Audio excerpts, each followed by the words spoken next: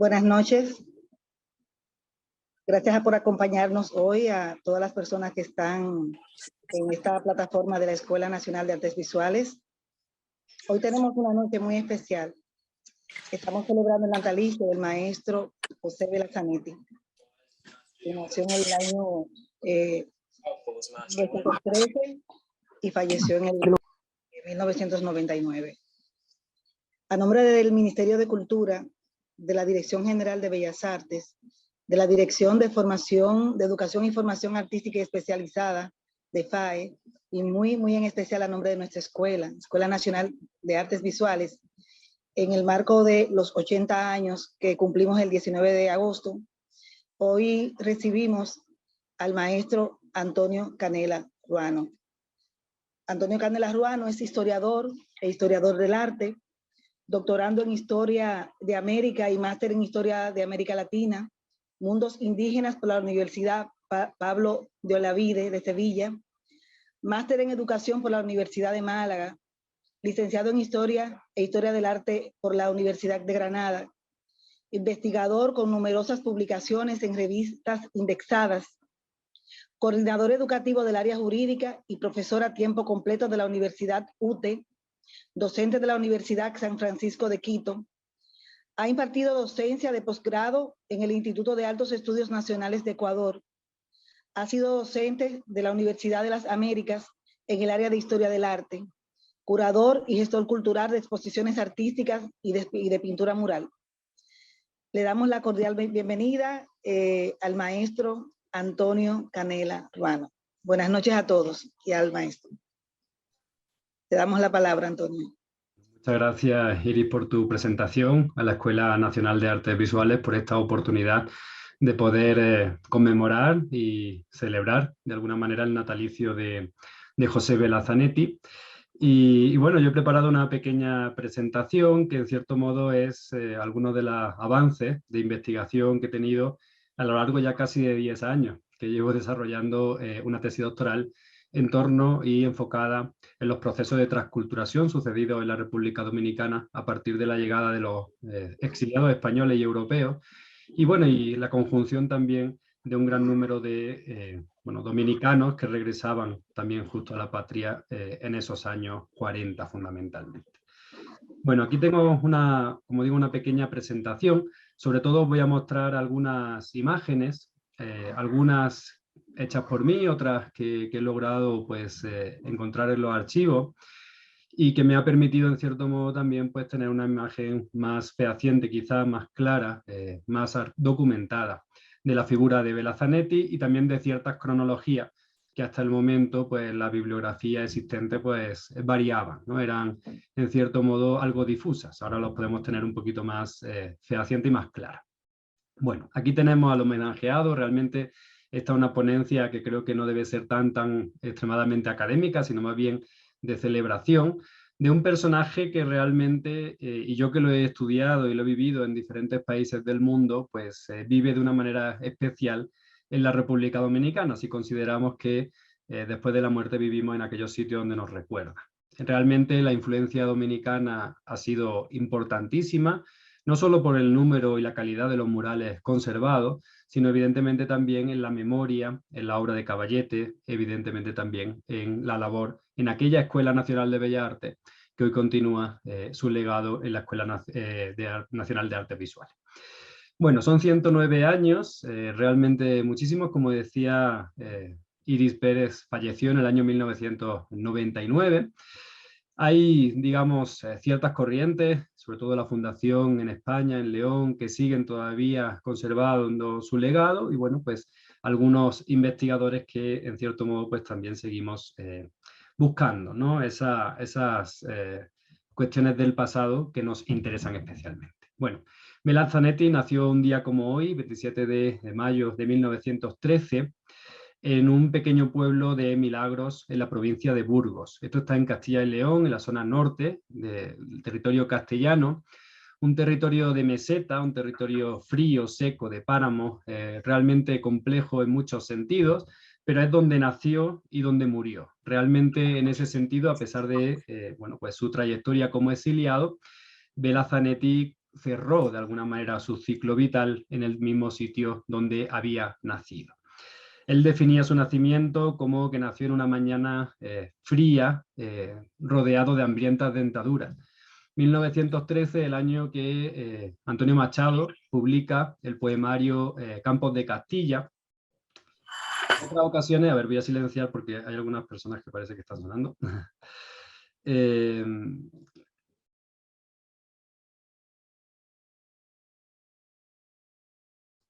Ok, ya me han silenciado a mí también. Listo, en el año 1913 se publica ese poemario. A mí me gusta, por ejemplo, en el Centro Cultural de España inicié con una canción de Serrat, pero como esto lo vamos a subir luego a YouTube y suele haber problemas con los derechos de autor, vamos a dejarlo ahí. Sin embargo, si tenéis la oportunidad de escuchar el poemario de Antonio Machado por Juan Manuel Serrat, pues yo creo que es un buen homenaje también para recordarlos. Bueno, ese año 1913, como digo, es un año en el cual ya se veían de alguna manera muchas de las problemáticas que van a surgir en la España contemporánea, que van a derivar finalmente, primero en el surgimiento de la Segunda República y finalmente en el alzamiento militar que terminará con una dictadura fascista de prácticamente 40 años. En ese año, como digo, Antonio Machado publicaba ese poemario que luego rescató Bela Zanetti en algunas de sus exposiciones como, en cierto modo, emblema o lema de esa exposición. En ese sentido, es muy importante señalar cómo Bela Zanetti siempre estuvo impregnado de su tierra castellana, incluso, como veis aquí, en su taller de Nueva York. Aquí no he puesto una imagen de Santo Domingo porque en Santo Domingo no encontré nunca una imagen referente a Castilla, a pesar de que seguía pintando en muchas ocasiones pues, a esa tierra. Y aquí, sin embargo, en la cuna del arte, porque ahí es donde realmente tomó contacto con el arte, no solo el arte de aquel momento actual, sino también el arte que la Segunda República pues, había expulsado, ¿no? A partir de la conquista militar. Y ahí tenemos la Catedral de León, ¿no? En cierto modo, además, me gustaría, por favor, si es posible, que cierren los micrófonos al entrar. Ok, muchas gracias. Igual luego dejaremos un espacio para poder conversar.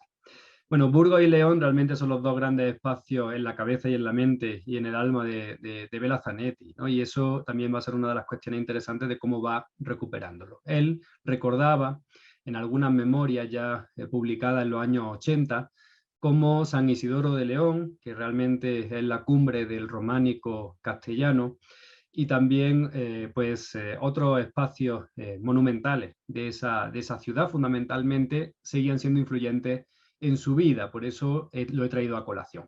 Él, como digo, nace en el 13, tiene realmente un inicio con la pintura muy espontáneo, tenía, digamos, digamos, inquietud desde el inicio, y su padre rápidamente pues, aceptó que él pudiera acceder a cursos de pintura, primero con su profesor del colegio y posteriormente con otro artista más consagrado que ya veremos posteriormente. Tuvo hasta 3 maestros conocidos en esa primera etapa, esa primera juventud, hasta la Guerra Civil Española.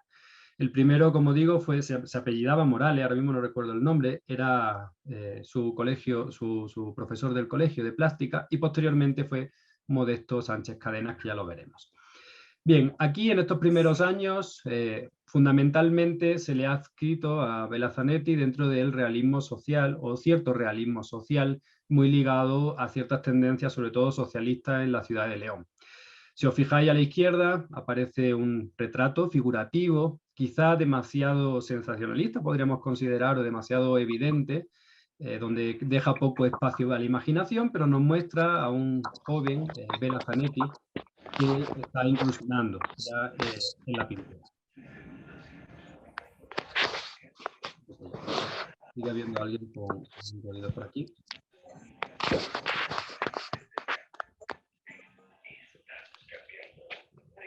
Bien, pero os pediría por favor que silenciemos, porque si no me voy a desconcentrar continuamente.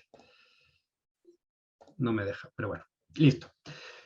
Bien, y rápidamente lo que fue trascendente en Bela Zanetti. Él siempre tuvo en mente la idea de recuperar para España, en aquel momento, la grandeza del arte mural, y eso lo hizo fundamentalmente también al lado de Manuel Bartolomé Cosío, que era pues un líder y fundador de la Institución Libre de Enseñanza, que fue una institución pedagógica fundamental en la España de principios de siglo, también evidentemente durante la Segunda República, y que va a tener además en la República Dominicana pues una pedagoga excelente como va a ser Guillermina Medrano, que va a continuar con esa institución libre de enseñanza dentro de su pedagogía en el Instituto Escuela, en Santo Domingo, en Ciudad Trujillo en aquel momento. A la derecha vemos esa relación muy temprana con el Partido Socialista. Él era militante desde muy temprano junto a su hermano y su padre, y también los vínculos del círculo que había en León de los socialistas, fundamentalmente los que estaban ligados a la alcaldía, que en aquel momento, en el año 36, digamos, tenía el Partido Socialista. Aquí tenemos unos murales perdidos, destruidos después de la Guerra Civil, o más bien durante la Guerra Civil, en León. Prácticamente lo que se ha publicado siempre es que se perdieron todos esos murales. Realmente no es cierto. Había unos murales en la casa familiar de Bela Zanetti que se han conservado. Hay que ver en qué estado, porque es cierto que hace unos años estaban en planificación hacer un hotel en ese lugar. Era la Plaza Don Gutiérrez, en donde vivía la casa familiar de Bela Zanetti, pero bueno, parece que no ha terminado de cristalizarse. Habrá que ver en qué grado se pueden conservar o se han conservado esos murales. Realmente lo que vemos ahí era un autorretrato y algunos dibujos infantiles, porque en estas épocas también participó con las colonias escolares, que era parte de la institución libre de enseñanza y también parte de pues ese esfuerzo pedagógico que hizo la Segunda República Española, extraordinario. Realmente es el periodo más corto de la historia donde más escuelas públicas se han construido, y hay otros elementos importantes como puede ser la barraca de Federico García Lorca, que llevó el teatro a las zonas rurales y a las zonas más alejadas también de los centros culturales en esa España todavía de inicio o del primer tercio del siglo XX. Bueno, aquí tenemos una imagen de la primera exposición colectiva donde participó Bela Zanetti en el año 1931, y justo está junto a Modesto Sánchez Cadenas, que era un artista bastante avanzado, de vanguardia, que por sus ideas también fue fusilado durante la Guerra Civil Española. Tanto Modesto Sánchez Cadenas como el padre de Bela Zanetti coincidieron prácticamente en la fecha de su fusilamiento, ¿no? En ese sentido hay ciertas analogías también. Bela Zanetti en esta primera exposición solo hace un pequeño aporte con obras, pero rápidamente va a tener una exposición individual también en León. Realmente León va a ser su cuna a nivel artístico en estos primeros años formativos. Todo esto, evidentemente, hay que señalar que Zanetti pues no estaba formado como artista al llegar a la República Dominicana. Realmente tenía una formación muy básica, muy inicial, pero evidentemente sí tuvo esos inicios y también esos contactos con el arte del Renacimiento, fundamentalmente. Y eso lo va a lograr poco después, y precisamente por estas exposiciones individuales y colectivas, a través de una beca de la Diputación de León. En Roma tuvo, digamos, ese primer contacto, evidentemente, con los artistas de italianos, los clásicos, pero realmente lo que él recordaba de toda esta, digamos, relación con Italia, es que frente al barroco romano, realmente lo que él apreciaba era el Renacimiento de Florencia o de Padua, ¿no? Siempre recordaba el Giotto, recordaba esas pequeñas poblaciones donde en el Renacimiento italiano se crearon realmente obras maestras. Y también, y no es casual que esta tarjeta se conserve, él dijo que utilizaba como tarjeta de visita este carnet que tuvo básicamente para acceder a todos los museos italianos durante su estancia de beca pictórica. Ya es bastante, bueno, llama un poco la atención el hecho de que posteriormente, en el año 1936, él no estaba en España en el 18 de julio, él estaba camino de Lisboa. Y es una casualidad bastante interesante porque después de esa beca en Italia, él solicitó y logró también una beca de la Diputación de León para estudiar pintura en Portugal. Si tenemos en mente un poco el contexto internacional, Portugal en aquel momento estaba bajo una dictadura, la dictadura de Salazar. Realmente el arte estaba bastante perseguido. Había estado ya en la Italia fascista, ahora estaba en en la Portugal de Salazar. Pero bueno, realmente apenas sí pasó por Portugal. De hecho, estuve investigando en algunos archivos de Lisboa y nunca aparece en ninguno de esos archivos, ¿no? A pesar de que luego la prensa franquista y también los jueces franquistas acusaron a Bela Zanetti de haber participado en unos atentados terroristas en el Radio Club portugués y en otros espacios precisamente contra la dictadura de Salazar. Bueno, eso no, yo creo que más bien fue una construcción que se hizo durante la guerra. Realmente tenemos dos periodos muy interesantes, dos cuestiones importantes durante la guerra civil. Primero, su participación directa en la guerra como militar. Aquí tenemos en la izquierda la imagen de Bela Zanetti junto a su batallón. Y posteriormente también los juicios paralelos que el franquismo estuvo haciendo desde León, desde Burgos, que habían caído el primer día, el 18 de julio, en las primeras jornadas, dentro del lado sublevado, al propio Bela Zanetti y también a su familia. Con respecto a su familia, sabemos que sus posesiones, todas ellas fueron rapiñadas, evidentemente, el padre fue fusilado y a él se le abrió un expediente, pero nunca llegaron a acogerlo, porque él estaba en Lisboa en el momento de la Guerra Civil Española, huyó a Francia y vía Francia llegó a Cataluña para ir al frente ya en la zona de Madrid. Él estuvo realmente casi toda la Guerra Civil en Madrid, aunque luego evidentemente estuvo en diferentes frentes, como el frente del Ebro, por ejemplo, ¿no? Durante las diferentes batallas ya del año 37. Bien, como digo, Bela Zanetti se libró, en cierto modo, de haber caído, porque evidentemente hubiera caído junto a su padre y hubieran sido fusilados ambos, precisamente porque estaba en Madrid junto a su padre en las jornadas previas al 18 de julio, y aunque el padre quiso que fuera con él a León, él afirmó que prefería ir directamente a Lisboa. Cogió un tren y eso le salvó. Tuvo además cierta suerte, ¿no? En el sentido de que rápidamente Salazar se puso del lado de Franco, es decir, si hubiera permanecido en Lisboa probablemente hubiera sido apresado y enviado a Burgos, ¿no? Donde estaba el cuartel general de las tropas sublevadas. Bueno, vamos a hablar muy rápidamente porque evidentemente no es el foco, pero creo que también es interesante señalar todas estas cuestiones porque es parte también de la historia de Bela Zanetti. Aquí está en el frente, como veis, en el año 37, muy probablemente en la zona del Ebro. Él participó en una de las batallas más cruentas de esa guerra, pero sobrevivió, ¿no? Él es verdad que durante la guerra estaba encargado de la cuestión de cultura, de hecho heredó ese puesto de María Zambrano, que la recordaréis por ser una de las grandes filósofas malagueñas españolas y mundiales. Ella se había exiliado ya a Chile junto a su esposo y Bela Zanetti llegó a Madrid y pues le pusieron esa sección de cultura. Él estuvo relacionado con el rescate de obras de arte, el rescate también de algunas bibliotecas, la catalogación, en fin, un periódico que tenía dentro del batallón que se llamó Hierro, y a partir de esa fuente hemos logrado rastrear, en primer lugar, dónde estaba situado, qué es lo que escribía en esos años y también algunas de las imágenes que de manera muy casi caricaturesca, ¿no?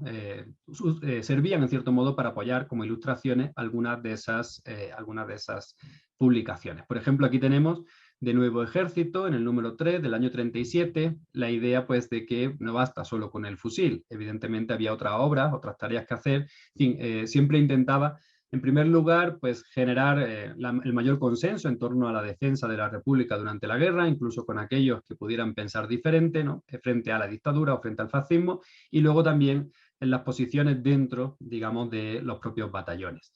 Esta obra realmente, esta de aquí, quizás la que más rescato de todo este periodo, incluso más que algunas otras que estuvieron incluso en exposiciones en la época de Barcelona, porque realmente tiene una enorme fuerza simbólica, ¿no? Poco a poco vamos a ir viendo cómo Bela Zanetti pasa de un arte quizás muy evidente, ¿no? Muy simplista, a otro arte que tiene algo más de carga simbólica, tampoco excesiva en este caso. Ya veremos cómo luego, sobre todo la República Dominicana en su segunda etapa, lo va a lograr de una manera mucho más sobresaliente.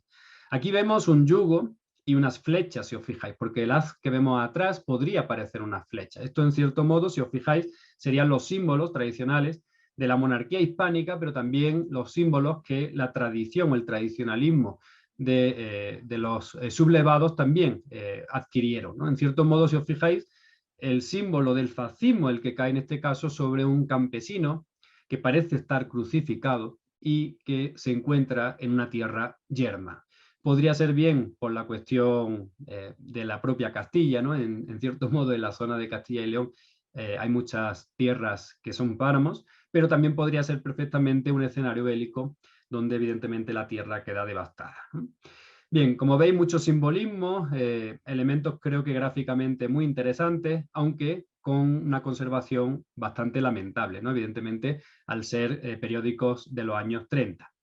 A partir del año 39, en febrero del 39, logra cruzar la frontera con Francia. Ya su esposa y su hermano lo habían logrado previamente, porque el hermano era enfermo de guerra y la esposa, los civiles pudieron cruzar previamente la frontera. Y él va a cruzar en febrero del 39, perdón, por el paso más cercano a Argel-sur-Mer, que era uno de los campos de concentración, también más cercano en la zona, digamos, colindante con la actual Girona o Gerona. Cruza esa frontera, entra en el campo de concentración, esto nos lo ha confirmado María Belazanetti, que es la hija, aunque no existe documentación, no he logrado todavía en ningún archivo una documentación que aparezca el nombre. Es cierto que había un enorme descontrol en esa fecha y pasaban cientos y miles de exiliados, con lo cual a veces es difícil que se pueda encontrar documentación al respecto, pero bueno, yo creo que ya más o menos tenemos claro que estuvo en Argel-sur-Mer, sabemos que estuvo en París, porque hay sello en su pasaporte del Consulado de París, donde en primer momento le habían dado un visado para ir a México. Él, en una carta a Santiago Carrillo, que era el líder en aquel momento del Partido Comunista de España, se quejaba amargamente de que le habían censurado a pesar de tener el visado y de que evidentemente habían en cierto modo hecho algo para que no pudiera ir. Y además, otra de las cuestiones, le acusaban de haber sustraído cierta cantidad monetaria, ya tengo algunas fuentes al respecto, pero bueno, si hubiera tenido esa cantidad monetaria, muy probablemente hubiera podido ir a México con la visa que ya tenía, digamos, disponible. A partir de ese momento no sabemos muy bien la fecha, sí sabemos que en febrero cruza la frontera, sabemos que en noviembre ya está en la República Dominicana, no sabemos cuándo salió del campo de concentración ni cómo, pero de París marcha a Burdeos. En algunas de sus memorias lo que dijo es que él prefería estar en un puerto de mar con la idea de que en algún momento poder embarcarse hacia donde fuese, ¿no? Él ya era muy consciente, según sus memorias, del avance nazi, de que la Segunda Guerra Mundial era inminente y de que tenía que salir, ¿no? De alguna manera de Francia, porque iba a correr la misma suerte que se había corrido en España. La cuestión es que en Burdeos conoce al cónsul de apellido Gimbernat, Narciso Félix Gimbernat, y sí logra un préstamo. Entonces, evidentemente, la cuestión económica fue clave para lograr ir a la República Dominicana y ahí comenzó su exilio. ¿De acuerdo? Primero llegó él y posteriormente en el buque Flandres llegó tanto su esposa y como el hermano, que llegaría ya en el año 41, es decir, muy posteriormente, y además perduró poco tiempo en la República Dominicana. Bueno, yo he separado, y algunos otros investigadores también lo han hecho así, dos etapas del exilio dominicano o de la etapa dominicana a nivel pictórico. Es cierto que podríamos considerar que a partir del año 57, una vez que marcha y se establece en México, podríamos romper de alguna manera esa segunda etapa dominicana, pero yo veo una cierta correlación entre la obra de los años 50 y también la obra del año 61, que fundamentalmente es la obra de la Altagracia, aunque podríamos considerar incluso una tercera etapa. Todavía estoy un poco considerando esas posibilidades, pero más allá de esa evidencia, yo creo que hay una ruptura muy clara, que no se puede negar, entre la primera etapa y la segunda etapa, ¿no? En ese sentido es absolutamente evidente. Bueno, vamos a ir viendo algunas de las obras, ¿de acuerdo? Evidentemente no podemos verlas todas, ni tampoco es, digamos, el objetivo. Hay muchas otras publicaciones que tengo también y que podríamos ver, y si en algún momento alguien está interesado en alguna de ellas, pues también podríamos trabajarlo individualmente o conversarlo. Bien, yo aquí he elegido una imagen que además fue protagónica en una exposición que se hizo sobre Conrado, sobre Conrad, que era un exiliado, John Nitzel, que era un exiliado de origen austriaco, judío, que llegó pronto a la República Dominicana, pero que lamentablemente también se fue muy pronto. Os aseguro que en los archivos lo mejor documentado que está de todo este periodo, años 40 y 50, es precisamente entre el año 39 y 42, 43 aproximadamente, que Conrado se fue. Él era médico de profesión, pero tenía una cámara pues bastante interesante y con ella pues se ganó la vida realmente en la República Dominicana porque no hablaba castellano, pero hizo innumerables fotos, ¿no? Algunas de ellas, como digo, se expusieron en el Centro Cultural de España en esa exposición sobre Conrado. Y realmente el Archivo General de la Nación, eso también hay que valorarlo muchísimo, ha hecho un esfuerzo extraordinario de digitalización de esta obra que nos ha permitido a los investigadores pues, ir visualizándola, incluso compartiéndola para poder hacerlas públicas. Aquí simplemente os he puesto una imagen del puerto de Santo Domingo. En esa época realmente una imagen que no se corresponde con Vela Zanetti porque él llegó por Puerto Plata. Pero bueno, se ve realmente la expectación, esa ida al puerto y evidentemente también la llegada masiva hasta unos 3.000, según la investigación de Natalia González, que llegaron a la República Dominicana. Es verdad que muy pocos de esos 3.000 se establecieron definitivamente y a partir del año 45 muchos de ellos fueron a otras repúblicas o a otros países, pero el año 39, 40, 41 sí fue realmente intenso en ese sentido. Bueno, aquí tenemos una imagen también del Fondo Conrado, os voy a poner algunas, sobre todo de estos primeros años, que muestra ya a Sacha o Snitza Goldberg, que había llegado ya a Santo Domingo, a la ciudad de Trujillo en aquel momento, no siendo estricto a nivel histórico. Además llegó embarazada, allí nacieron sus dos hijas primogénitas, en este caso Consuelo y Carmen. Y bueno, pues aquí lo que vemos básicamente es el reencuentro familiar en un espacio además ligado, luego lo veremos un poco, a Julio Ortega Frier. Este es el Jardín del Polvorín, un pequeño espacio en la finca de Julio Ortega Frier, donde Vela Zanetti tuvo su primer taller y vivienda en los primeros años del exilio. Realmente Vela Zanetti cayó de pie en la República Dominicana. Era un hombre con una gran capacidad también de persuasión, de una gran oratoria, fuerza también en su alocución, y rápidamente conquistó tanto a Julio Ortega Frier como posteriormente a José Antonio Caro, que evidentemente fueron los dos grandes estandartes, ¿no?, de Vela Zanetti en esos primeros años fundamentalmente, pero durante toda la vida. De hecho, con la familia de Julio Caro tuvieron, de José Antonio Caro tuvieron una relación que llega hasta nuestros días con los descendientes. No con estas dos niñas, Consuelo y Carmen, sino con los hijos del segundo matrimonio, que son María y José. Bueno, algunas otras imágenes que son importantes a nivel de la cuestión de la transculturación en aquella época. Aquí tenemos a los diferentes españoles y también está Bonilla Atiles, que era dominicano, recibiendo a Julio a Salinas. ¿De acuerdo? Salinas realmente es uno de los grandes poetas de esa época y visitó la República Dominicana. Aquí tenemos a la izquierda a Granel, en fin, a estos personajes, a la derecha a Vela Zanetti con su pipa. Y bueno, no solo llegó Salinas a la República Dominicana, también llegó, por ejemplo, Bretón y André Bretón, junto a, evidentemente, Eugenio Fernández Granel y algunos otros artistas, pues iniciaron el surrealismo, el movimiento surrealista en la República Dominicana, etcétera, etcétera. De todo esto, a mí lo que me parece interesante es como más allá de que lleguen o no, pues elementos más o menos estancos traídos de Europa, como puede ser el cubismo por Julio Colson, ¿no?, o el propio surrealismo y demás, esas, digamos, tendencias realmente tienen un desarrollo muy particular y muy diferente en la República Dominicana. Es decir, existe un camino de ida y vuelta, tanto de los estilos artísticos como evidentemente también de estos artistas, que llegan, transforman, pero también son transformados, ¿no? Y quizá eso es lo más interesante de este momento y de ese, digamos, fusión o transculturación que se generó en la República Dominicana. Bien, aquí he seleccionado de manera cronológica algunas exposiciones, no todas, evidentemente, ni todas las bienales, y alguna obra mural de estas etapas dominicanas. He puesto desde el año 39 porque la primera exposición la hizo apenas llegado a la República Dominicana y he dejado hasta el año 81 porque en ese año se hizo la última exposición antológica que se celebró en Santo Domingo, también promovida de alguna manera por coleccionistas privados y por la propia familia de José Antonio Caro. El último, el cierre, en cierto modo, que hubo en la República Dominicana y realmente, los hijos así lo recuerdan también, fue una cuestión que, bueno, pues al padre le llenó de orgullo, evidentemente. Es cierto que en el año 60 ya regresa a España, de manera además un poco problemática, con conflictos con Félix Gordón Ordaz, que era el presidente de la República en el exilio, con muchos problemas y dilemas morales, porque estaba regresando a una dictadura como la franquista, pero por otro lado también estaba regresando a su tierra, ¿no?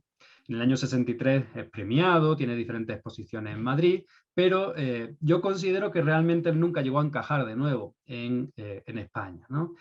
La República Dominicana, sin embargo, tenía otro tipo de relación, tanto con la población como con, evidentemente, la intelectualidad y la cultura, que hizo que yo creo que ese año 81 fuera un elemento clave en su propia trayectoria, ¿no? Como un cierre en su etapa dominicana. Bien, aquí está la exposición Estampas Españolas. La prensa de la época pues señala cómo prácticamente todas estas obras se vendieron. Muchas de ellas estaban constituidas en el campo de concentración y la estancia en Francia. Por ejemplo, esta obra que vemos acá, a la izquierda, que además se representa de alguna manera también en un periódico de la época durante la Guerra Civil. Y bueno, lo demás, como veis, son campesinos, familias castellanas, que de alguna manera se trasladan a la República Dominicana. Hay diferentes catálogos. Lo que sucede es que también hay una variabilidad en cuanto a la nomenclatura de las obras y hay veces que hay cierta confusión con respecto a qué obra se refiere, ¿no? Pero, bueno, están todas con su nombre y muchas de ellas también fotografiadas por diferentes fotógrafos de la época y también por el propio Conrado. Algunas de estas obras luego fueron a Puerto Rico, luego fueron presentadas de nuevo en la República Dominicana, evidentemente buscando un sustento, ¿no? Sobre todo en esos primeros años, con tanta dificultad a nivel de su propia subsistencia y de su propia, digamos, mantenimiento en el país. Por lo menos hasta que llegó a ser profesor de la Escuela Nacional de Bellas Artes, donde ya tuvo un ingreso más o menos estable, aunque no fuera muy cuantioso. Aquí tenemos la inauguración de la Galería Nacional, no digamos el Palacio de Bellas Artes, sino la galería que hubo previamente y que se inauguró precisamente con una exposición de autorretratos en la cual participó Yabela Zanetti en el año 43. Aquí es muy evidente su autorretrato, las diferentes obras, algunas de ellas probablemente también relacionadas con esos primeros meses o años en el exilio. Y aquí ya empieza a mostrarse de alguna manera la fortaleza muscular de la geometría, ¿no? y la volumetría que tenía la obra de Zanetti. Si os fijáis, la obra del centro, a pesar de ser una obra de un formato no muy extenso, sí ya nos señala, ya nos promueve de alguna manera hacia la idea de los murales. De hecho, desde las estampas españolas, que eran generalmente sobre papel y con materiales muy pobres, ya estaba generando estudios para obra mural, ¿no? Siempre tuvo en la cabeza ese desarrollo, ¿no? Esa posibilidad de, bueno, pues en primer lugar, salvar o rescatar el muralismo para España, pero posteriormente lo terminó haciendo para la República Dominicana. En esta exposición, además, también expuso Granel, obras surrealistas, que generó en la prensa ya cierta discusión, lo cual fue muy interesante para, en cierto modo, también la generación de un juicio dentro de la población dominicana que acudía además masivamente a la Galería Nacional de Bellas Artes. Hay un pedido muy interesante de Díaz Niese, en el cual señala que es necesario, primero, la ampliación de la galería con una segunda planta, porque era necesario, porque había una exigencia de los artistas para exponer, y luego también que era necesario reformar en los primeros años, creo que era en el año 45, arreglar la calle y volver a pintar la acera, porque tantas personas iban fundamentalmente en las inauguraciones que estaba destruida, ¿no? Bueno, eso puede parecer una cuestión anecdótica, pero realmente nos habla de una población que estaba volcada con la visualización y con la experiencia estética que estaba recibiendo en esos años en la galería, ¿no? Fundamentalmente, que era el primer gran espacio expositivo. Luego, evidentemente, vendrán otros, tanto galerías privadas como públicas, y fundamentalmente el Palacio de Bellas Artes. En estos primeros años, además, va a ir participando en las diferentes bienales. Por ejemplo, en la bienal que conmemoraba el bicentenario, ahí fue vencedor con Los mártires del cercado, que era una obra histórica, ¿no? Que planteaba la idea de esos mártires, del origen de la nación dominicana. Vamos viendo también cómo se va incursionando, digamos, dentro de esa cultura, dentro de ese espacio artístico dominicano, pero llama la atención que la primera obra mural que hizo en el mundo americano, en el Caribe, no se hizo en la República Dominicana, sino en Puerto Rico.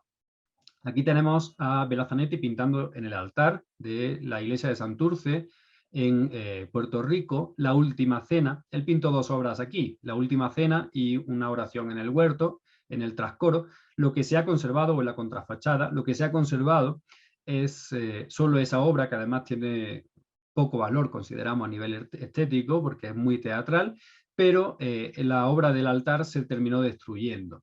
Hay una cuestión muy interesante, también se publicó mucho sobre estas cuestiones. Básicamente lo que se planteó es que una feligresa dijo que esa no era la última cena que había visto en Milán, ¿no? Es decir, la idea para esa mujer de la última cena solo podía ser una réplica lo más exacta posible de lo que ya había pintado Leonardo. Belazanetti, aunque tenía una gran relación con el Renacimiento, lo que planteaba y lo que plasmaba era una actualización, sobre todo de los rostros, llevándolos a su propio contexto. Yo podría considerar, o estoy considerando en esta investigación, que hay una problemática, ¿no?, con esta obra, precisamente ligada a que Belazanetti se desplazó expresamente para pintarla, no conoció realmente el contexto más allá de cierta élite cultural, como podía hacer pues, el propio Benítez, que era el rector de la universidad.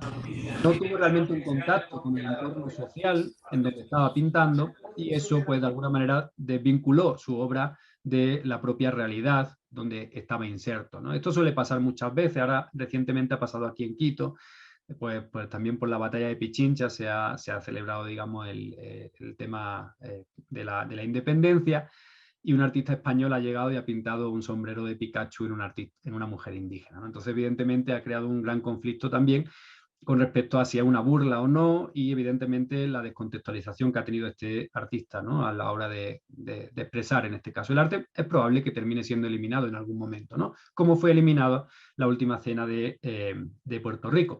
Solo conservamos esta imagen. Estaba en el Archivo General de la Nación, perdón, en el archivo de la Fundación Belazanetti, sin ningún tipo de referencia, pero por la edad de Belazanetti y por el hecho de que es una última cena y no hay ninguna en la República Dominicana, evidentemente hemos considerado, ¿no?, probada, que es una imagen de esa obra. Bien, aquí ya vamos a la República Dominicana. He elegido imágenes históricas, ¿de acuerdo? Entre otras cosas porque esta obra de los años 40, y lo hemos hablado con Simona Capelli, que además ha analizado algunas de estas obras a nivel químico, se hizo con una caseína artesanal que hacía en su casa. Además, hemos tenido también unas entrevistas con Marcial Frías, que fue su ayudante durante estos primeros años 40. La hacía de manera muy artesanal, podemos considerar.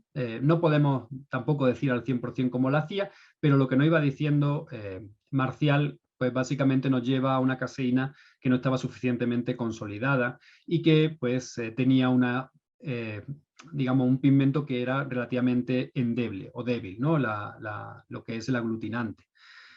Porque si os fijáis, y esto creo que es muy importante, estas obras sí tienen ya esa volumetría. Cuando nosotros las vemos actualmente, después de a veces 2, 3, 4, 5 restauraciones, lo que vemos fundamentalmente también son repintes, con diferentes calidades, ¿de acuerdo? No voy a entrar tampoco aquí a una crítica específicamente de los restauradores a lo largo de todos estos años, pero sí me parece importante señalar eso, porque podría parecer que esta primera etapa dominicana, que estos primeros años 40, pues su obra no tiene la fuerza o la volumetría que luego va a adquirir en los años 50. La tuvo, quizás no tan geometrizante como luego, pero evidentemente el paso del tiempo y el problema del pigmento y su consolidación con el aglutinante ha hecho que en muchas ocasiones pues, se vaya lavando este pigmento. Pero bueno, aquí tenemos estas imágenes que sí nos atestiguan de alguna manera esos volúmenes, que yo creo que sí son muy importantes señalarlos. De hecho, a la izquierda, como veis, tenemos parte de lo que es el Consejo Administrativo, que, como digo, ha sido varias veces restaurado, y a la derecha la creación de la Real Audiencia también en el Palacio de Justicia, que también vemos, ¿no?, en cierto modo, en el propio proceso, además con los andamios, lo cual es un documento realmente interesante. En este caso, el Fondo Conrado nos ofrece la primera obra, la primera fotografía, y el archivo de la Fundación Belazanetti conserva la segunda. Realmente no sé quién fue el que hizo esta fotografía. Evidentemente no fue Conrado, porque en el año 45 ya no estaba en la República Dominicana. Bien, luego tenemos otra de las grandes triunfos a nivel pictórico en las bienales de Belazanetti, que fue El Diablo Cojuelo. Por eso está en los fondos del Museo de Arte Moderno de Santo Domingo. En el año 48 ganó la Bienal, Y además también aquí nos habla de un Bela Zanetti absolutamente inserto en la cultura dominicana. En muchas ocasiones se ha dicho que La luz del Caribe no llegó a entrar en su obra. Yo dudo de eso. De hecho, cuando lo comparamos, la primera etapa en España, por ejemplo, formativa, con lo que va adquiriendo en esta segunda etapa y en esta primera y segunda etapa dominicana, contrasta, yo creo, con incluso lo que luego va a pintar en los años 60 y 70 en España. Es cierto que en los últimos años de su vida, algunos dicen, no sé si qué tan cierto sea, que es porque tenía problemas visuales con cataratas, hizo una gran explosión de color en esos últimos años fundamentalmente. No creo que sea el Bela Zanetti tampoco más representativo, pero es cierto que en los años 60, por ejemplo, vuelve a pintar en grises fundamentalmente, ¿no? Y esa es la primera exposición que hizo en el 63 en la Sala Goya y que fue premiada con el premio Eugenio d'Ors. Bueno, aquí vemos cómo estaba inserto en el contexto, en la realidad, en la cultura, y también la representación de mulatos y de mulatas, que fue muy importante durante todos estos años, ¿no? Desde los años 30, 40 en adelante, y que Bela Zanetti también formó parte, ¿no? En cierto modo, de esa visibilidad del elemento a veces oculto, ¿no? Por la dictadura trujillista, que era el elemento de la negritud o lo negro. Bien, hay muchísimas obras en estos años, ¿no? Yo voy a elegir solo alguna de la formación de la ciudadanía dominicana, que está en el Politécnico Loyola de San Cristóbal, antiguo Instituto Agrícola. He seleccionado esta parte como podría haber seleccionado otras partes también.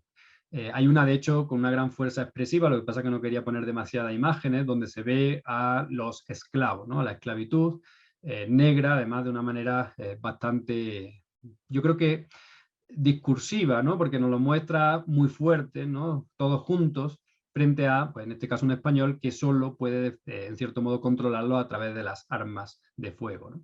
Y aquí tenemos el inicio, ¿no? De esta formación de la ciudadanía dominicana, aunque hay un periodo intermedio aquí donde se representa también a los taínos. Pues si os fijáis, vemos el encuentro, un encuentro relativamente amigable, hay que entender también el contexto de la dictadura, y en cierto modo el inicio, digamos, de ese proceso colonial en el caso de la República Dominicana.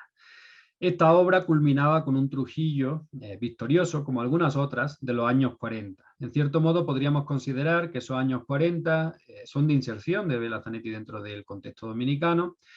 Hay un elemento kitsch que yo creo que es bastante evidente, es un concepto creado por Clement Greenberg, que lo que plantea es, en cierto modo, una relación sentimental, sobre todo en las dictaduras, del arte con el dictador, ¿no? Es decir, el dictador de alguna manera busca utilizar el arte para crear una conexión sentimental con el pueblo, y que de alguna manera también se puede crear los sistemas liberales y democráticos, pero de una manera quizás menos evidente, ¿no? Aquí el Trujillo a caballo, por ejemplo, del Palacio, ¿cómo se llama? Perdón. A ver, la imagen que teníamos anteriormente, ya se me ha ido la cabeza. Bueno, de este espacio del Palacio Consistorial, perdón, ¿no? Donde estaba la Fundación de Santo Domingo, terminaba con Trujillo a caballo, y aquí en la formación de la ciudadanía dominicana también termina con un Trujillo victorioso, ¿no? Esos elementos fueron eliminados, quizá de una manera mejor en el Palacio Consistorial, porque se cubrió con un paisaje, pero aquí realmente vemos la silueta de Trujillo, se sigue viendo la silueta de Trujillo cubierta con una bandera dominicana, ¿no? Entonces, en ese sentido es cierto que se han eliminado esas partes, se ha transformado, podríamos tener una discusión también con respecto a eso, si hay que cubrir o no, si hay que destruir o no, si la mejor forma es cubrir con pintura o se puede cubrir con otro elemento, en fin, ese tipo de cuestiones o discusiones las podríamos tener, pero evidentemente lo bueno es que por lo menos el resto de la obra mural sí se conservó hasta nuestros días. Bien, Nuestra Señora de la Consolación es quizá la obra cumbre de esa primera etapa dominicana. Algunos investigadores colocaban la obra del Banco de Reservas, la economía nacional liberada, en esta primera etapa, hasta muy recientemente, pero ya se ha demostrado con la investigación y con fuentes primarias que es del año 1955, es decir, es de la segunda etapa dominicana. Desde el principio, cuando empecé a investigar a Bela Zanetti, a mí me llamaba la atención que fuera del año 46, creo que se le colocaba, porque evidentemente a nivel artístico y pictórico y técnico no tiene nada que ver con lo que estaba pintando en estas fechas, ¿no? Y en cierto modo, aunque Nuestra Señora de la Consolación es extraordinario en todos los sentidos, sí podía parecer a nivel estético un paso atrás en su carrera, que no tenía mucha explicación. Bueno, ahora, sabiendo que del año 55, cuadra todo mucho más fácilmente. Bien, La Consolación es una obra magna, como digo, creada también de alguna manera por Trujillo para hacer su panteón familiar. Es cierto que pues es una reconstrucción de una basílica que se había destruido previamente y estaba pensada, de hecho albergó durante un tiempo los restos de Trujillo hasta que fue exhumado y llevado de este lugar. Bien, os he puesto la nave central, os he puesto la cúpula porque realmente pues necesitaríamos muchas diapositivas para verlo completo, pero es una obra que sí rescata, yo creo de una manera mucho más evidente, lo que en este caso el pueblo dominicano esperaba de escenas religiosas. Si os fijáis, frente a lo que había pintado en Puerto Rico, ¿no? Frente a esa idea de pues, crear figuras rudas de alguna manera, con una fortaleza física y muscular muy exuberante, si os fijáis aquí, en cierto modo tenemos formas mucho menos marcadas, podríamos decir, ¿no? Con una uniformidad que le da sobre todo los tonos azules, los tonos ocres, y que narra de una manera además muy clarividente las escenas bíblicas. De hecho, si vamos viendo cada una de ellas, son descripciones que aparecen en los evangelios de manera casi literal, ¿no? Entonces, en ese sentido, es verdad que no se salió mucho de lo que probablemente se esperaba de él. También es cierto que en la República Dominicana había una serie de comisiones, que además tenemos algunas fuentes de esas comisiones, que no solo revisaban los bocetos, sino que también revisaban, digamos, el desarrollo de la pintura directamente sobre el muro. Entonces, en ese sentido, había mucho control sobre lo que se pintaba y cómo se pintaba. ¿Bien? Ok, esa obra realmente es la que le lleva finalmente a pintar en Nueva York, ¿no? Que es la gran obra cumbre, ¿no? La que se le ha considerado como la obra cumbre de Bela Zanetti. Podríamos pensar, ¿no? Si realmente es obra cumbre o realmente luego las obras posteriores de los años 50 en la segunda etapa dominicana pueden incluso estar al mismo nivel o superior. Pero bueno, más allá de esta cuestión, es verdad que el edificio de las Naciones Unidas en Nueva York, pues solo por el hecho de estar donde está, ya tiene un valor en sí mismo, ¿no? Ojalá que también se empiecen a valorar las obras que se conservan en la República Dominicana y que evidentemente, sobre todo las de los años 50, tienen un nivel artístico extraordinario.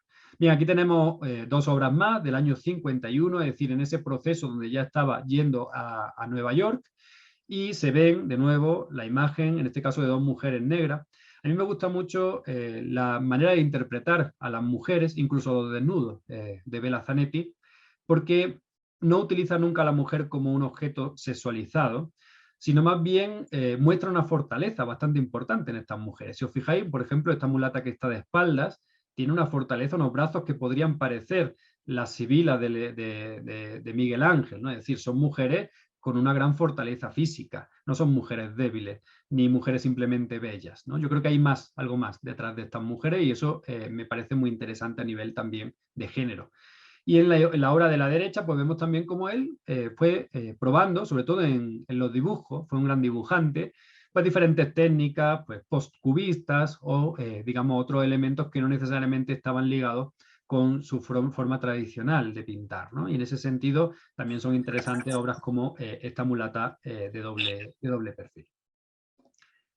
Bien, vamos ya rápidamente. Tengo imágenes mejores, lo que pasa es que son excesivamente pesadas, entonces os puse esta sintética de toda la obra.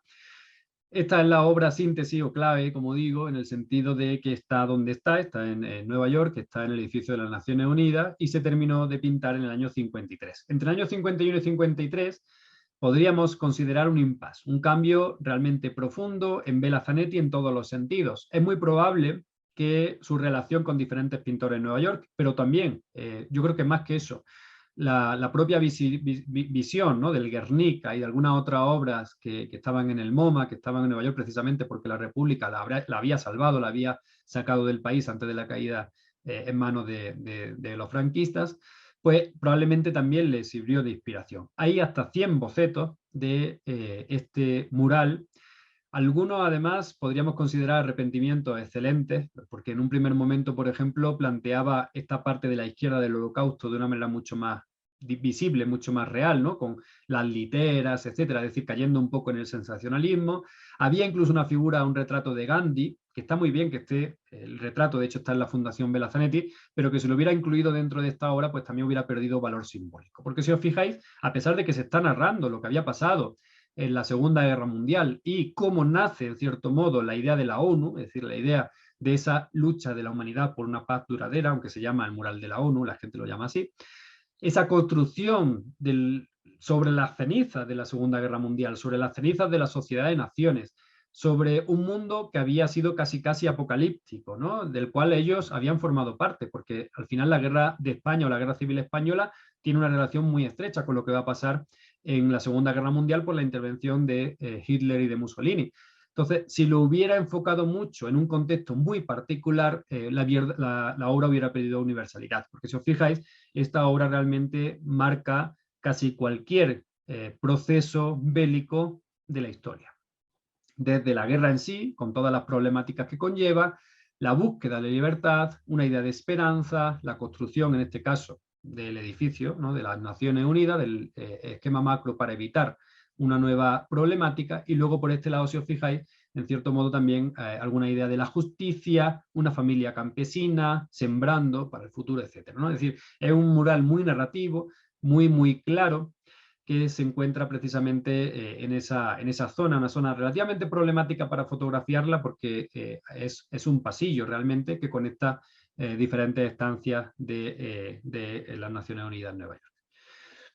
Bueno, aquí hay un par de obras también que hizo en ese periodo, para que veáis en cierto modo cómo el Vela Zanetti que nosotros conocemos, o el de los campesinos, o el de los murales... A ver... Bien, no siempre ha sido así, ¿no? Es decir, tiene realmente algunas cuestiones muy potentes. Si os fijáis, aquí en la derecha vemos una obra que se llama La demagogia, ¿no? Recordad que la demagogia era lo que Aristóteles planteó como corrupción de la democracia, ¿no? La cara B, la cara negativa de la democracia, es la demagogia. Y está relacionado también con este contexto.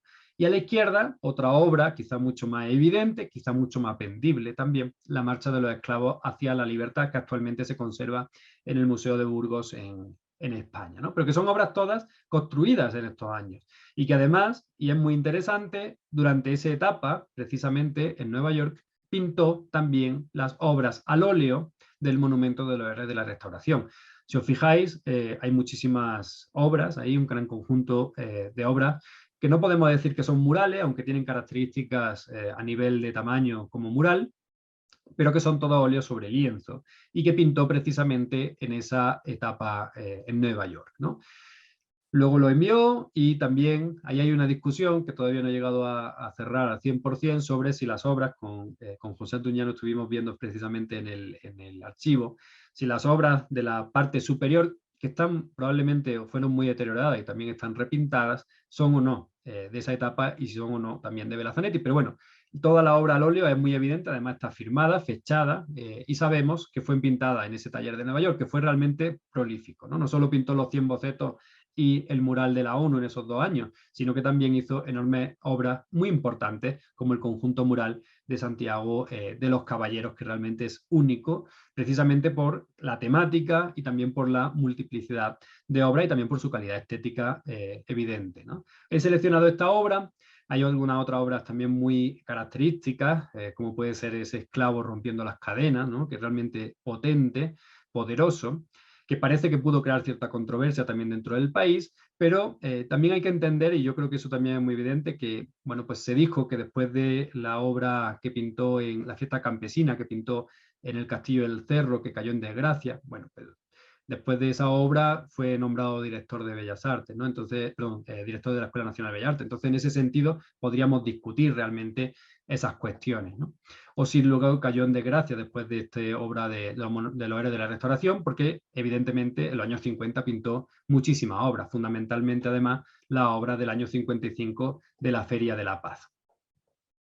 Bueno, aquí también tenemos otro par de obras donde se ve, en este caso obras de Caballete, el primero, el merengue que envió a la tercera Bienal Hispanoamericana de Arte de Barcelona, donde recibió el Gran Premio de Dibujo, y el de la derecha, que es otro merengue, ¿no? Y en ese sentido me parece muy interesante cómo pues no hay un único Vela Zanetti y que las temáticas también las aborda desde perspectivas muy diversas, ¿no? Porque aquí a la derecha también vemos, en cierto modo, un postcubismo muy evidente, colorido, eso sí, pero que nos muestra, en este caso, la fiesta de una manera radicalmente diferente, ¿no? La de la izquierda mucho más apegada, ¿no?, a un naturalismo, a un figurativismo muy naturalista, y la de la derecha con técnicas muy diferentes, y las dos en este caso representando una tradición fundamentalmente dominicana como es la música y el merengue.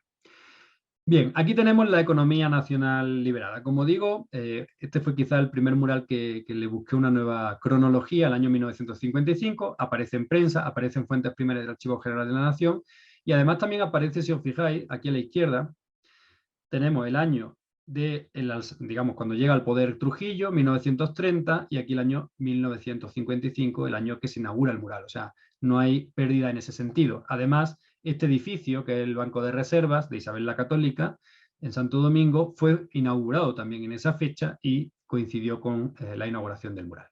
Bueno, aquí entramos ya de lleno, ya habíamos entrado en el año 52 aproximadamente, en la segunda etapa dominicana, con un Velazanetti que, si os fijáis, en una obra cumbre, en este caso del Banco de Reservas, omite de manera directa y clara la figura de Trujillo. Antes había tenido que pintarlo. Bueno, había tenido que pintarlo o quiso pintarlo, o fue una obligación, o fue una cuestión de la comisión. Lo que está claro es que para el año 55, después de además varios años ya siendo director de la Escuela Nacional de Bellas Artes, después de numerosos premios en las Bienales Dominicanas, después de pintar en Nueva York y regresar, tenía probablemente ya un estatus artístico suficiente como para, en cierto modo, aunque tuviese las mismas comisiones, poder pasar un poco por encima de ellas, ¿no? Concretamente de esta obra también existen incluso los contratos, los pagos y todo lo demás, aunque es cierto que luego en el exilio, en el regreso del exilio en España, en algunas cartas privadas consideraba o explicaba cómo realmente lo que ponía los contratos no era efectivamente lo que llegaba a su bolsillo. Bueno, eso es una cuestión más discutible. La fuente primaria para los documentos que están existe, ¿no? El año 55 es bastante interesante. En prensa he descubierto cómo se empezó a hacer ya caseína industrial en la República Dominicana. Lo encontré casualmente buscando otra información en el periódico La Nación, en el año 55, y también, antes justo de la Feria de la Paz, fue expresamente a Puerto Rico a comprar pintura. Esto podría explicar por qué las obras, a partir de los 50, además que son más recientes y tienen menos años, como es obvio, o quizás fueron mejor conservadas porque estaban mejor preparados los muros, también, pero estos aglutinantes funcionaron de manera mucho más eficiente, ¿no? Porque la caseína bien hecha realmente es bastante duradera, ¿no? Hubiera sido más duradero, claro, un fresco tradicional, ¿no?, a la manera que hacían los italianos, pero claro, la climatología y también la preparación del muro hizo que no pintara ningún fresco, ¿no? El único fresco que yo en mi investigación he conocido es uno que hizo Jaime Colson, y que lo hizo expresamente en un mural o en un muro móvil, ¿no? O sea, ni siquiera sobre una pared. Entonces, en ese sentido, creo que la posibilidad de hacer murales al fresco en la República Dominicana era prácticamente imposible, aunque algunas fuentes o bibliografías sí hablan a veces también de pintura al fresco. Bueno, esta obra, como digo, se conserva de manera bastante aceptable.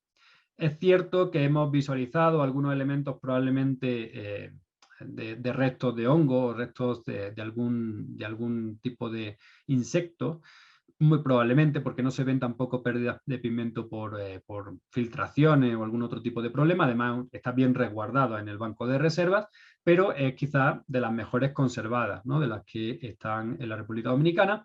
Y sobre todo, lo que más me llama la atención es eso, ¿no? Aquí se está celebrando esa idea de la economía nacional liberada, se está comprando el discurso trujillista de que realmente a través de ese tratado Trujillo-Hull se liberó definitivamente la economía, pero se está celebrando como una cuestión, como veis, compartida entre un personaje central que podríamos considerar que es mulato o por lo menos racialmente impreciso, y otro tipo de personajes que incluyen obreros, arquitectos, ingenieros, zafreros, ¿no?, de la caña de azúcar, una maestra, ¿no?, casi siempre además representada con una mujer, que también en cierto modo reivindica ese origen, ¿no?, de la educación en la mujer en la República Dominicana, y campesinos, ¿no? Entonces, en ese sentido, si os fijáis, es un triunfo compartido, no es un triunfo individual de Trujillo, que sí aparece a través de la moneda y unas 7 estrellas que aparecían alrededor de esa moneda.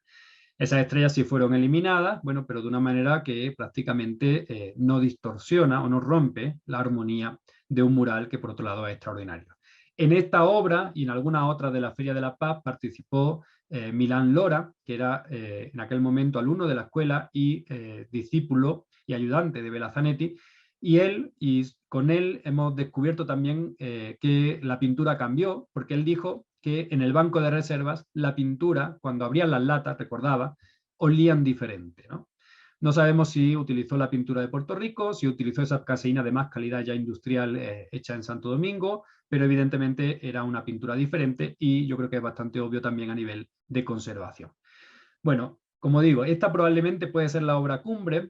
Del Banco Central no consigo los permisos para tener las imágenes, aunque bueno, tengo algunas imágenes de baja calidad y por ello no puedo mostrar la del Banco Central. Pero bueno, la del Banco Central también es una de las grandes obras de esta segunda etapa dominicana. Ojalá logre los permisos para poder publicarla en mi tesis. Mientras tanto, no podemos mostrarla, aunque todos podéis ir, los que vivís en la República Dominicana, al Banco Central a admirarla porque realmente es extraordinaria. O algunas otras, ¿no? En el año 55 también pintó las obras del Palacio de Bellas Artes, que también son extraordinarias. Realmente, claro, hay tantas obras que podríamos mostrar que yo he seleccionado solo algunas y a veces con criterios totalmente arbitrarios. Por ejemplo, mostrar esta sí me parece interesante, ya del 60, y me parece interesante porque es privada, ¿no? Es de la familia Caro, está en su residencia familiar y por tanto no es tan asequible para el público en general, ¿no? Y si os fijáis, para el año 60 estaba todavía pintando, en este caso, una escena familiar, si os fijáis, una escena popular, podríamos decir incluso que esto entra dentro de la categoría de lo pintoresco, pudiera parecer un mercado, y lo hace con, bueno, pues un post-cubismo, ¿no? Evidentemente muy post, ¿no? Con muchos elementos también coloristas, etcétera, pero evidentemente a nivel de organización espacial sí podríamos considerarlo dentro de esas tendencias. Además con naturalezas muertas que se incluyen dentro de esta obra y que realmente, bueno, a mí me parece extraordinaria a nivel estético, ¿no? Es una obra extraordinaria. Bien, esa fotografía la pude hacer yo y también la pude componer en esa imagen. Y luego la última gran obra. Y digo la última gran obra porque, bueno, pues ya había regresado a España. En el año 57 se marcha a México, pinta algunos murales, uno lo vamos a ver luego. En el año 59 aproximadamente marcha a Florencia, todavía dudando si ir o no a España, y finalmente llega a España en el año 60. Pero es que en el año 61, esto siempre me ha llamado mucho la atención, apenas un año después de regresar a su tierra, va a Higüey, o sea, ni siquiera a Ciudad Trujillo, a la capital, va a Higüey a pintar, eso sí, una obra magnífica, extraordinaria, que es la Basílica de la Altagracia. Cierto es que sus murales, por el espacio que ocupan, por el lugar, porque además están en una zona muy elevada, por la iluminación, hay muchas cuestiones que aquí son problemáticas, el propio material, porque pintó directamente sobre cemento, sobre hormigón. Es un poco compleja esta obra, ¿no? En ese sentido, incluso de fotografiar, tuve que subir a la zona elevada de la basílica para poder fotografiarla y aún así muchas fotos están con una perspectiva un poco forzada, pero aquí se ve el Milagro de la Altagracia, pintado por Belazanetti, ahora mismo no recuerdo si es el lado norte o sur, y en el otro lado del transepto hay otra representación en tonos fríos, ¿no? Eso quizá es una cuestión que llama bastante la atención, esa digamos, bicefalia, ¿no? Una parte digamos, fría, otra parte más cálida. Y eso sí, la recuperación de nuevo otra vez de la tradición y de la cultura dominicana, en este caso a través de la leyenda del Milagro de la Altagracia, en un momento donde además ya había regresado a su patria, ¿no? Que es quizás lo que más me llama la atención. De hecho, él sale de la República Dominicana poco antes del tiranicidio, ¿no? Del asesinato de Trujillo. Y bueno, en cierto modo, por suerte, ¿no? Porque como sabemos, algunos de sus allegados, pues sí fueron perseguidos en ese primer momento, ¿no? A pesar de que, bueno, aunque tuvieron cierta relación evidentemente con el trujillismo, no es que eran, digamos, parte de esa élite política. Bueno, además de esas fechas, claro, hay muchas cartas que quizás es una de las fuentes primarias más interesantes porque, bueno, se expresan absolutamente con libertad, ¿no? Y lo que se dice a veces en los periódicos o en las entrevistas, pues está mucho más tamizado. Bien, esa es, digamos, la última gran obra en la República Dominicana, pero realmente el círculo dominicano solo se cierra en el año 1981. Es cierto que él fue en varias ocasiones a la República Dominicana, aunque los Caro, por ejemplo, sí dicen que ellos iban mucho más a visitarlo a España, a Milagros, cuando ya estaba en esa casona. Y aquí lo que vemos es la inauguración de esa exposición antológica que se hizo en el año 81, fundamentalmente con obras de coleccionistas privados y también, bueno, con obras que estaban en esferas públicas también en la República Dominicana. Hay un catálogo muy razonado, evidentemente, de esa exposición, y también conservamos algunas fotos de esta editora hoy que, bueno, nos dan muestra también fehaciente, ¿no?, del acto en sí. Bueno, como epílogo quiero mostrar algunas otras obras que no están en la República Dominicana, como esta de los misioneros de Ciudad de México. Y esta, además, le doy mucho valor porque es del año 58. Yo fui a México, la busqué, estuve en la puerta del edificio, pero en aquel momento estaba abandonado el edificio, nunca pude entrar, ni pude verla, ni pude fotografiarla. Pero bueno, casualmente, como en Facebook está este grupo de Bella Zanetti, esta página de Bella Zanetti, me contactó un chico que trabajaba en un hotel y que habían comprado recién ese edificio y que tenían esta obra concretamente, ¿no? Además, fue muy interesante porque incluso colaboré con él, estuvimos haciendo como una pequeña cartela, ¿no?, con la información específica de esta obra, etcétera, ¿no? Fue muy interesante, y además, sobre todo, la alegría de saber que no solo existe, sino que además está bien conservada, lo cual es realmente un milagro, porque ese edificio fue un edificio que ha pasado por muchas manos y que finalmente, como digo, ha caído en manos de un hotel, ¿no?, y podría haber sido perfectamente destruido en todo este tiempo, ¿no? Bueno, una obra que, en cierto modo, según Bella Zanetti, responde o contesta desde una visión castellana, en este caso, a Diego Rivera, ¿no? Además, directamente a Diego Rivera. Él hizo numerosas obras en esos años, en esos pocos años que estuvo en México, también en Acapulco, en algunas otras ciudades de México, aunque bueno, nunca realmente pudo competir, ¿no?, con el gran espacio del muralismo. Es evidente, además, como no solo ya a nivel de muralista, sino a nivel artístico en general, México era un territorio muy fecundo, ¿no?, y también muy nacionalista. Bueno, él hace esta obra, como digo, contestataria en cierto modo a Rivera. Probablemente las dos tienen parte de razón y parte también de falsedad, pero bueno, era en cierto modo una respuesta a pues que también hay otros elementos dentro de la colonización o dentro de, digamos, el elemento de la evangelización. Bueno, yo aquí no hago ningún juicio de valor, simplemente creo que a nivel estético es extraordinario y creo que además es interesante, ¿no?, por lo menos generar ese debate o esa confrontación también con dos posiciones en cierta manera maniqueas, ¿no?, tanto la de Rivera con respecto a los españoles o colonizadores, como evidentemente también, en este caso, la de Bella Zanetti, ¿no? Aunque de alguna manera, y yo creo que eso también es interesante, esta síntesis que plantea Bella Zanetti está más ligada a la propia idea de la raza cósmica de Vasconcelos, ¿no?, o esa idea de la transculturación a partir también de la conquista, más allá, evidentemente, de las masacres de la propia conquista en sí y de la beligerancia, sobre todo de esos primeros años de conquista, ¿no? Y luego, bueno, toda la servidumbre, la esclavitud y demás, ¿no?, que esos elementos yo creo que también siempre hay que señalarlos. Bien, y finalmente también os pongo una de las obras cumbre de El regreso a España, la fundación de Castilla, con Fernán González y demás, que viene un poco a cerrar toda esta cuestión, ¿no?, que estábamos viendo desde antes. Si os fijáis, en cierto modo va ganando también en grandeza expresiva, en acumulación de personajes, en este caso además ya ligado a una tradición que conocía en profundidad. De hecho era un gran erudito desde su juventud, no solo su biblioteca personal familiar, sino que hemos visto, o yo he descubierto en diferentes archivos, pues sus carnets de bibliotecas de cada una de las bibliotecas de cada una ciudad donde vivía, ¿no?, en Florencia, en Santo Domingo también, tengo el carnet de su biblioteca y como evidentemente tenía esa relación con los libros muy estrecha. En su última etapa también hay imágenes de una biblioteca exuberante, ¿no? Y él evidentemente se trataba y lo hacía de una manera absolutamente bueno, ligada, ¿no?, a la historicidad y siempre con su visión, ¿no? Bien, y os pongo también esta obra porque había alguna imagen por ahí con mala calidad. Esta imagen tiene bastante calidad. Es una obra que está en la Oficina Internacional del Trabajo en Ginebra. Es un regalo, yo diría del pueblo dominicano, evidentemente lo regalaba entre comillas Trujillo a la OIT en el año 1959 y se denomina el trabajo en el trópico. Bueno, la otra obra que hay, básicamente el personaje de espalda. Esta se ve un poquito más.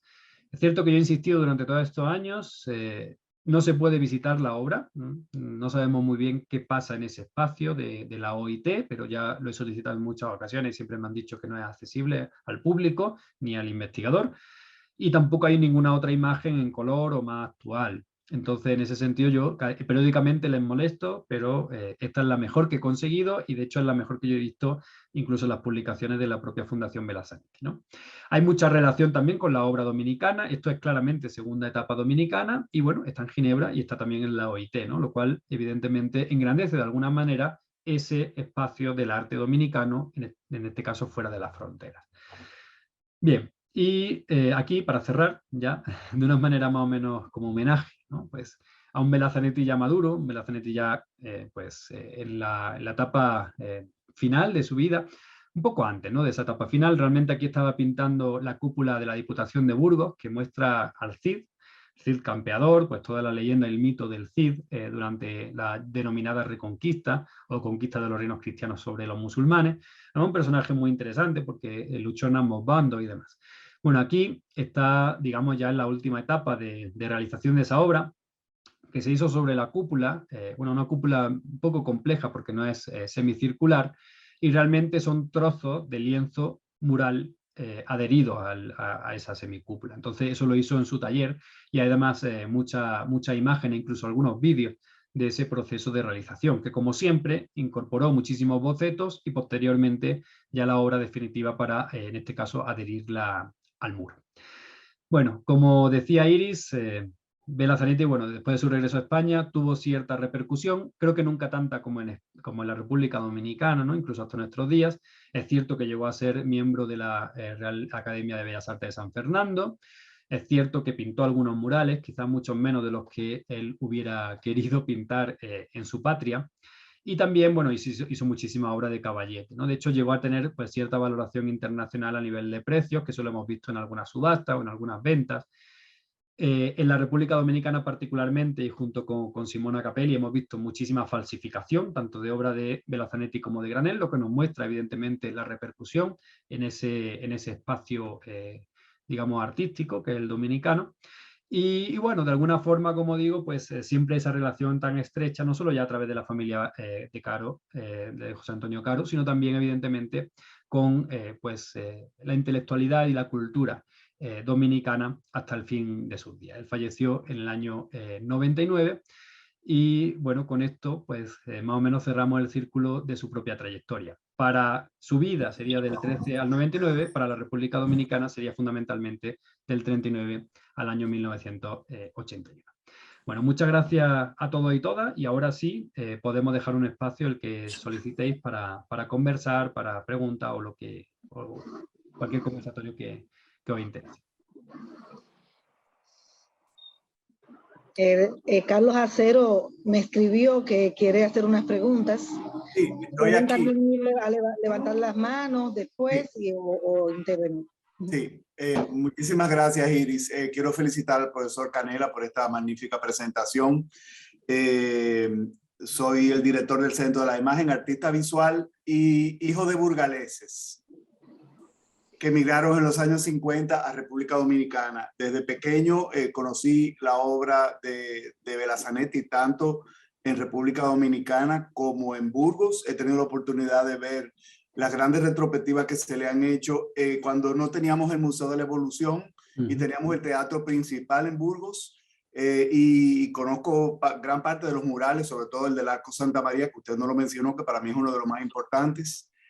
Porque está en un punto súper turístico, justo al lado de la catedral, y es un artista, por supuesto, muy valorado dentro de la comunidad de Castilla-León, como usted lo sabe mejor que yo. En los años 90 hice un gran registro de los murales de Belazanetti junto con la doctora Laura Gil, quien estaba preparando su tesis doctoral, y debo tener algunas imágenes de diapositivas de esa época que espero algún día encontrarlas. Si las encuentro, se las voy a facilitar gustosamente. Mi pregunta viene, usted hurgó en las residencias familiares de Gascue, el ensanche Primavera, donde él hizo muchísimos murales y que realmente gran parte de la población no tiene acceso ni tuvo, y muchas de esas casas fueron derribadas. ¿Usted pudo consultar algo de eso? Sobre todo, se lo voy a decir, donde está hoy día una universidad que era un colegio de teresianas. En la escalera había un mural precioso que tuvieron que aplicarle paño de pudor porque eran unos desnudos. No sé si usted supo de esas intervenciones. Pues mira, Carlos, la verdad que no. O sea, yo cuando estuve en la República Dominicana fundamentalmente me centré en el Archivo General de la Nación buscando fuentes primarias. Es cierto que fotografié algunos murales, también era un poco problemático el tema de los permisos y demás, ¿no? Y en cierto modo, pues en ese sentido me frené. No sé concretamente esa obra, seguro que va a ser muy interesante que podamos conversar sobre ese tema, porque a pesar de llevar casi 10 años investigando Vela Zanetti, es verdad que hay muchas cosas que siguen siendo o estando ocultas, ¿no? Es verdad que hay muchos elementos perdidos. Si hubiera estado Conrado unos 10, 15, 20 años más, evidentemente tendríamos un registro fotográfico mucho mayor. No sé si en algún momento el Archivo General de la Nación posibilitará algún tipo de registro fotográfico más profundo, pero bueno, hasta el momento la verdad que no he tenido acceso a esa obra concreta que me dice. El de la Fundación de Castilla sí lo he puesto en la presentación, lo he puesto justo el del Arco de Santa María, el de la Fundación de Castilla, pero bueno, hay otros muchos también que Sí, hay faltan. muchos, sí, sí, claro. También se rescató, por ejemplo, uno que pintó para un hotel en México y que está ahora mismo en el Auditorio de León, que es extraordinario, que es sobre Quetzalcóatl y el fuego, y realmente extraordinario, aunque de ese no tengo muy buena fotografía tampoco. ¿Y en el cerro llegó a ver lo que había en el cerro? El cerro sí, al cerro sí fui y bueno, lo que pasa es que pues, estaba muy deteriorado, esa obra está muy deteriorada. La fotografié, pero ni siquiera me gustan las fotos porque también, bueno, a nivel del lumínico era muy difícil, en fin. Tengo la fotografía, pero sí está muy vandalizada. Sí.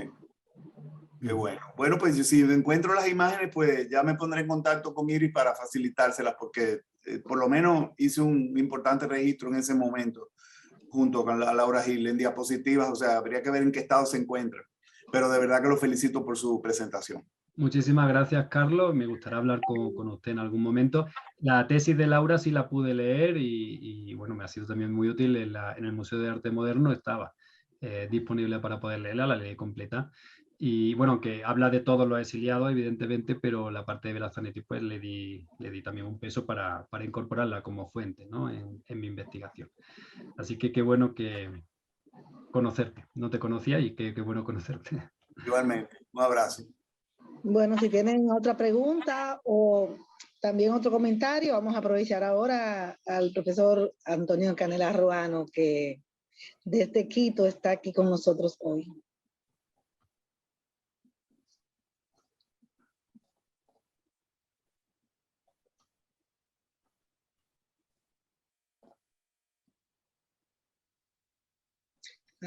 Alguien está levantando la mano. Josefina Pichardo, Casanova. Buenas. Hola, buenas noches a todos. Muy contenta de volverte a ver, Antonio, y encantada con tu presentación, me encantó. No había podido tener la oportunidad de ver el resultado del trabajo de investigación completo, solamente encontré por internet algunas referencias y resúmenes y eso. Quería contarte que el mural de la Basílica de Higüey que presentaste, que subimos junto al campanario, que fue una experiencia muy interesante, actualmente fue puesta en valor la Basílica y se iluminaron, están bastante iluminados.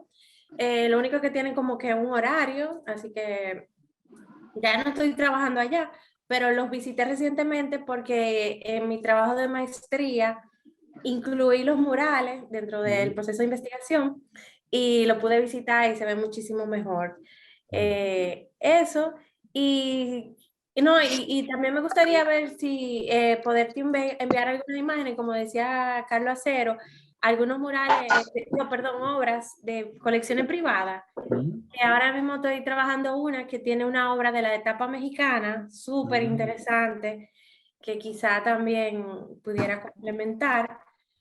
Pero la verdad que te felicito y muchísimas gracias a Iris y a la escuela por esta oportunidad.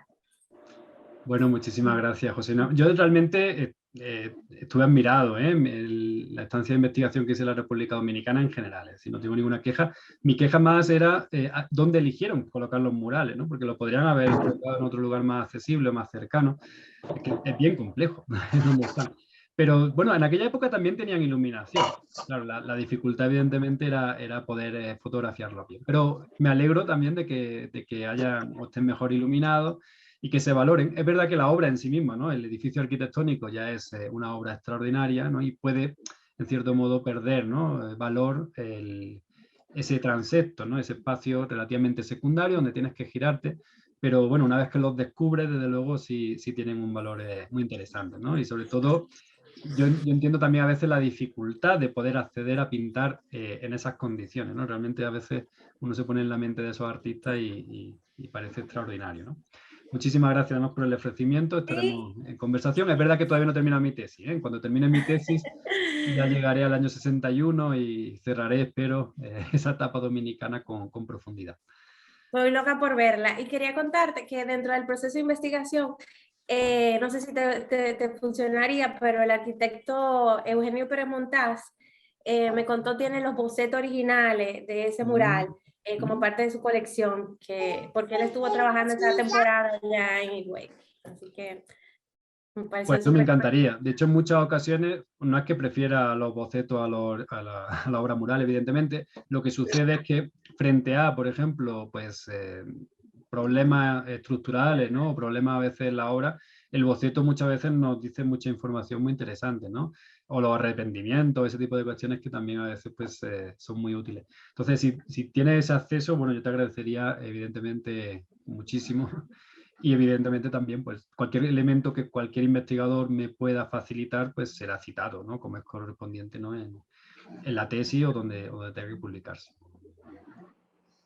Bueno, yo creo que las personas van a seguir entonces fortaleciendo tu proceso de investigación a partir de este encuentro, que es lo importante. Lilian Carrasco, Antonio, enhorabuena, excelente exposición. Ella escribe que precisamente estoy en Santiago Rodríguez, donde ya hemos conversado. Se dice, Bela Zanetti hizo una magnífica obra mural en la parroquia San Ignacio de Loyola, que por desconocimiento fue cubierto con pintura. Muy contenta de que siga con la investigación y avanzando con la investigación. Entonces, el profesor Manuel Toribio, mis más sinceras felicitaciones, Antonio. Tu manejo del contexto y la amplitud de datos suministrados nos da una visión más clara sobre lo que ya se ha conocido del artista. Y Lilian, que está durmiendo los niños y por eso no está en la cámara. Después, Fernando Armentero te felicita, Ana Boyano también te felicita y Lilian Carrasco, qué ruido, también te felicitan. Muchísimas gracias, Lilian. Además, bueno, me resultan muy útiles estas conversaciones y estas búsquedas. Es verdad que probablemente muchos murales se han perdido. Sabemos en el Hotel San Cristóbal, por ejemplo, sabemos algunas otras que ya están incluso registradas, ¿no? Que se han deteriorado, se han perdido totalmente. Y bueno, ojalá en algún momento podamos ya definir de manera clara, ¿no? Y con fuentes estas obras, porque bueno, evidentemente es parte también del acervo, más allá de que se hayan podido perder o destruir, ¿no? En el tiempo. Y ojalá encontrásemos también alguna imagen de la época, ¿no? Hay veces que pues, en el archivo se encuentran cosas que uno no se espera y eso es lo que realmente también hace avanzar la investigación. Muchas gracias también a Manuel Toribio. Un saludo. Estoy, digamos, saludando de nuevo, ¿no? A personas que conocí en la República Dominicana y bueno, con él pues estuvimos no solo viendo todo el museo el archivo, ¿no? Que a veces es un poco lo que más me interesa, sino también fotografiando toda la obra. En fin, estuvimos mucho tiempo con Danilo de los Santos, que también tengo que señalarlo, que fue quizá también otro de los grandes maestros, puedo considerar ya, ¿no? de mi investigación y muy generoso también en la apertura de su biblioteca, en fin. A Danilo evidentemente le debo mucho a nivel intelectual y siempre me gusta también recordarlo, ¿no? Así que bueno, no sé si queréis añadir algo más. Y muchísimas gracias a todos. Son muy generosos en general, ¿no? Los dominicanos y los latinoamericanos en general. Así que muchas gracias. Y, perdón, me he confundido con José Antuñano, claro. Manuel Toribio también he conversado en muchas ocasiones con él. José Antuñano fue con el que estuvimos en el Museo de Santiago de los Caballeros.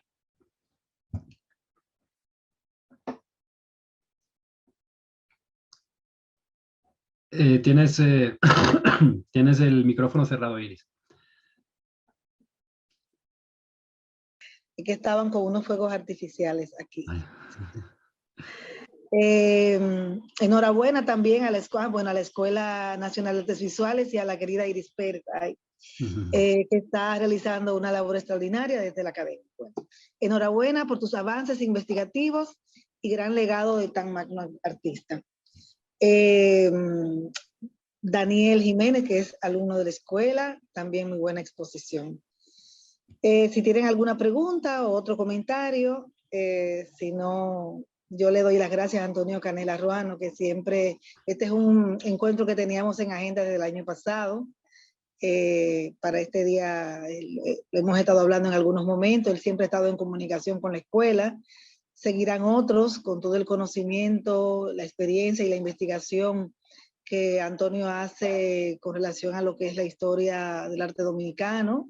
Esperamos poderlos tener presencial muy pronto y que pueda venir y que desde la escuela podamos transmitir los conocimientos que él tiene. Pienso que sería muy importante.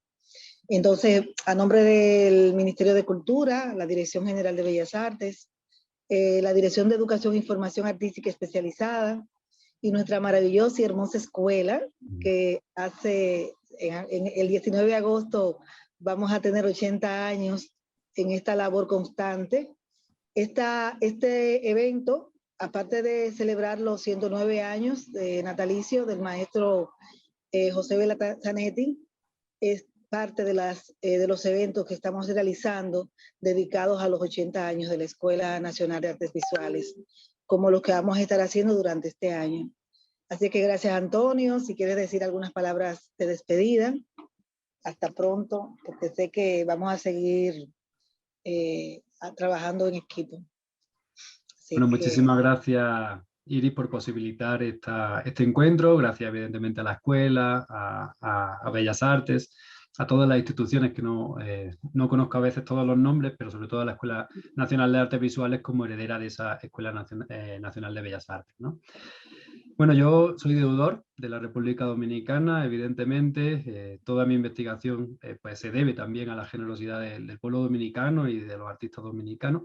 Entonces, ojalá que sí pueda regresar pronto, ojalá que pueda regresar con la tesis ya terminada, incluso para, evidentemente, su publicación, porque mi idea es que, bueno, pues ese esfuerzo intelectual no quede solo ahí, sino que evidentemente sea un producto para la sociedad dominicana. A nivel histórico, de ese periodo de los años 40 y 50 hasta los 60, digamos, aproximadamente, pero también con cuestiones más actuales del arte contemporáneo y también del arte de las mujeres, algunos temas de género que también me parece interesante, que tenemos que profundizar en el contexto caribeño y dominicano. Así que muchísimas gracias por la oportunidad y bueno, espero, si no la próxima vez, próximamente sí poder veros presencialmente y ojalá que sea ya con la tesis terminada. Muchísimas gracias y gracias por estar esta noche con nosotros. Hasta el próximo encuentro. Un saludo. Okay.